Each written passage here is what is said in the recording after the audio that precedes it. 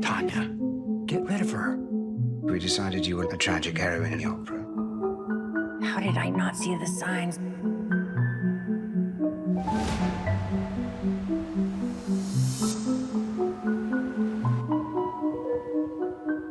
In the end of last season, Tanya is sitting with Greg in the last episode, and he's talking about his health issues, and she says, I've had every kind of treatment over the years. Death is the last immersive experience I haven't tried. and I was thinking it'd be so fun to bring Tanya back because she's such a great character, but maybe that's the journey for her, is like a journey to death. And not that I really wanted to kill Tanya because I love her as a character and obviously loved Jennifer, but it just felt like, you know, we're going to Italy. She's such a kind of diva, larger than life female archetype.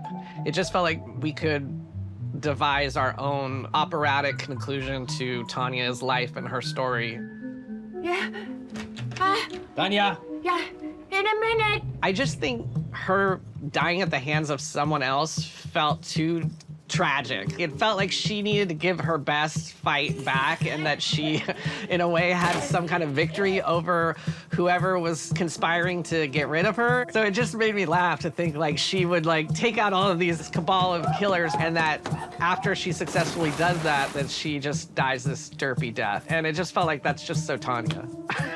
You got this.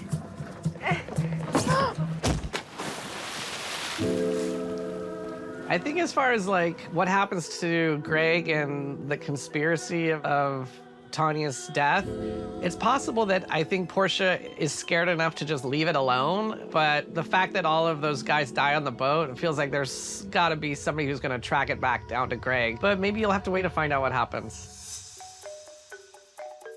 At the end of the show, you see the three generations of men, and there's this attractive woman who crosses, and they all sort of gawk at her. You know, my hope is that Dominic does change, but there is a little bit in the texture of it that their relationship with women is going to always be fraught with this sexual desire. When she hugged me just now, I got a little aroused. No, it's a natural reaction. He kissed me, but that was it.